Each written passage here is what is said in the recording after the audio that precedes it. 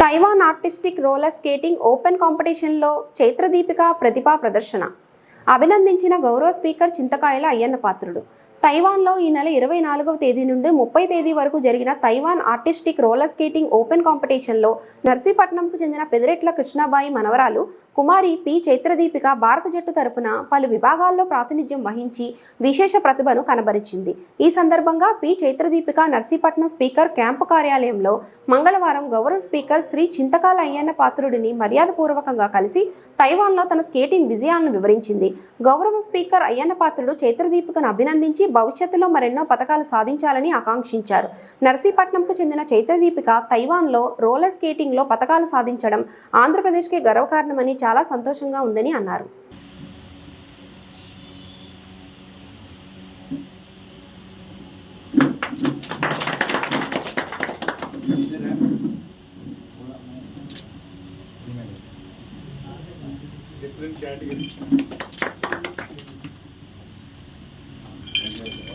Sir నేను every month Vijayawada వచ్చి coaching ఇస్తాను సార్ అందరి దగ్గర సార్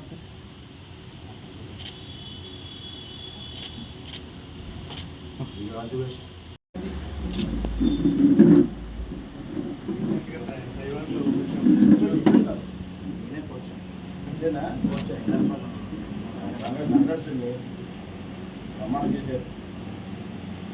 ఫస్ట్ ప్లేస్ కేటగిరీ కూడా ఇచ్చారు. ఇంటికంటే ఎవరు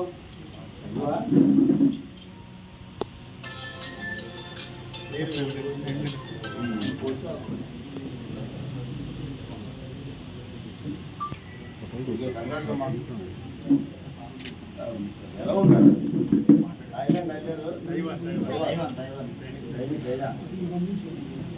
ఫుడ్ ఉందా? బాగుందా? ఫుడ్ బాగుందా? ట్రైనర్ మా ఆవిడ నేను చైనా వెళ్ళాం ఒకసారి, జపాన్ చైనా. మా ఆవిడ ఫుడ్ చూసి తిన్న మానేసింది. తిన్న మానేస్తే బిస్కెట్లు 2 రోజులు బిస్కెట్లు ఉంది. సత్తమే బాబు అని చెప్పి కాల్ తీసుకొని మొత్తం. అందరికీ నమస్కారం అండి. ఇక చాలా ఆనందంగా ఉంది. ఎందుకంటే ఉగాది మనకి మొన్నే చేసుకున్నాం. మనం కొత్త సంవత్సరంలో ప్రవేశించాం. ఈ కొత్త సంవత్సరంలో ఈ రాష్ట్రానికి, రాష్ట్రంలో ఉన్నటువంటి అందరికీ, అలాగే ముఖ్యంగా క్రీడాకారులకి కూడా మంచి జరగాలని, మంచి భవిష్యత్తు ఉండాలని చెప్పి ఆ భగవంతుని కోరుకున్నాను. మీరు ఇప్పుడే చూశారు, ఈ అమ్మాయి మన నర్సీపట్నమే, 10th క్లాస్ చదువుతున్న అమ్మాయి, పేరు దీపిక. మొన్న ఎక్కడ స్పోర్ట్స్ ఇది తైవాన్లో స్కేటింగ్ కాంపిటీషన్ జరిగాయి. ఆ కాంపిటీషన్లో ఈ అమ్మాయి పార్టిసిపేట్ చేశారు. ఈ అమ్మాయికి బ్రహ్మాండంగా మెడల్స్ వచ్చాయి. మన ఆంధ్రప్రదేశ్కి గర్వకారణం ఇది. ఆంధ్రప్రదేశ్లో మన నర్సీపట్నానికి కూడా గుర్తింపు. తైవాన్లో జరిగిన కాంపిటీషన్లో ఒక నర్సీపట్నం అమ్మాయి పార్టిసిపేట్ చేసి గోల్డ్ మెడల్ సంపాదించిందంటే మన ప్రాంతం వాళ్ళందరికీ కూడా గర్వకారణం. అందుకే నేను మొట్టమొదటిసారిగా విశాఖపట్నంలో బీచ్లో ఈ స్కేటింగ్ చూశాను. నేను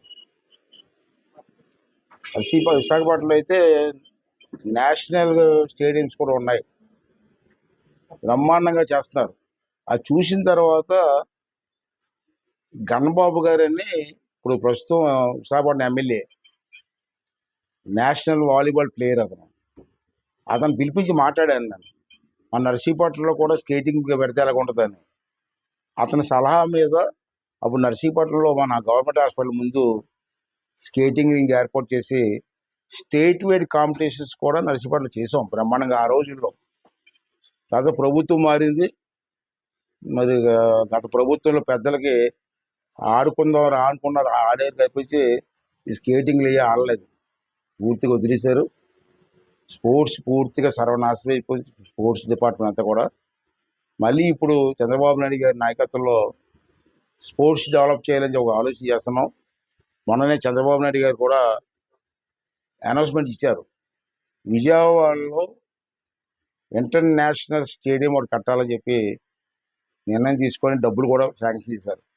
ఆ స్టేడియం కానీ వస్తే మన ఆంధ్ర రాష్ట్రంలో అన్ని క్రీడలకి మంచి కబడ్డీ ప్లేయర్స్ ఉన్నారు, వాలీబాల్ ప్లేయర్స్ ఉన్నారు, రన్నర్స్ ఉన్నారు, స్కేటింగ్ చేసే వాళ్ళు ఉన్నారు, షటిల్ ఆడే వాళ్ళు ఉన్నారు, మంచి మంచి ప్లేయర్స్ ఉన్నారు మనకి. వాళ్ళందరికీ కూడా గుర్తింపు వచ్చి స్పోర్ట్స్లో మన ఆంధ్ర రాష్ట్రానికి ఒక గుర్తింపు రావాలని చెప్పి నేను మనస్ఫూర్తిగా కోరుకున్నాను.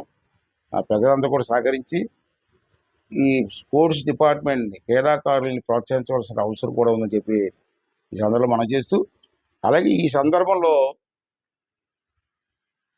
వ్యాపారవేత్తల్ని మంచి మంచి పెద్ద పెద్ద ఇండస్ట్రీస్ ఉన్నాయి మనకి.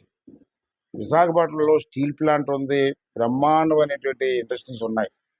వాళ్ళందరినీ నేను కోరేది ఏంటంటే, మీకు సిఎస్ఆర్ గ్రాంట్ అని ఉంటుంది. మీకు ప్రతి ఇండస్ట్రీకి సిఎస్ఆర్ గ్రాంట్ ఉంటుంది.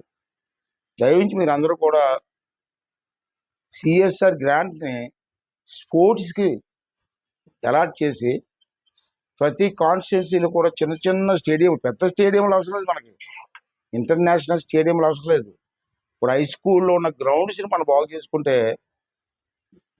గ్రామీణ స్థాయిలో మంచి క్రీడాకారులను తయారు చేయడానికి అవకాశం వస్తుంది. కాబట్టి ఈ ఇండస్ట్రీస్ అందరూ కూడా బాగా ఆలోచన చేసి మీ సిఎస్ఆర్ గ్రాంట్ని కానీ ప్రోత్సహించినట్టయితే మన ఆంధ్ర రాష్ట్రంలో కూడా మంచి క్రీడాకారులు ఉంటారు.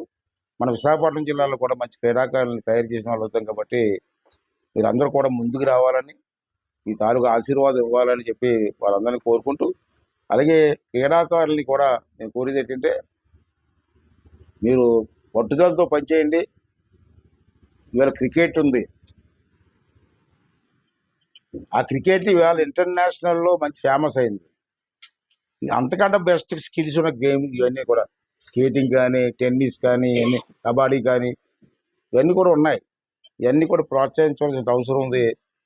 లోకల్ లీడర్స్ కూడా, ఎమ్మెల్యేస్ అందరూ కూడా ప్రోత్సహించి మీ కాన్స్టిట్యున్సీలో సంవత్సరానికి ఒకసారి ఏదో మీట్, కబడ్డీ మీట్ పెడతారా, క్రికెట్ మీట్ పెడతారా, మీ ఇష్టం వచ్చిన ఒక మీట్ పెట్టి క్రీడాకారులను ప్రోత్సహించాలని చెప్పి కోరుకుంటూ, అలాగే చంద్రబాబు నాయుడు గారిని కూడా కోరుకుంటూ, మనం పవన్ కళ్యాణ్ గారిని, చంద్రబాబు గారిని నేను కోరేది ఏంటంటే, ఈ మీడియా ద్వారా స్పోర్ట్స్కి ఎక్కువ బడ్జెట్ కేటాయింపు చేసి క్రీడాకారులను ప్రోత్సహించడమే కాకుండా, క్రీడాకారులకి ప్రభుత్వ ఉద్యోగాల్లో కొంత % కేటాయింపు చేయవలసిన అవసరం ఉంది.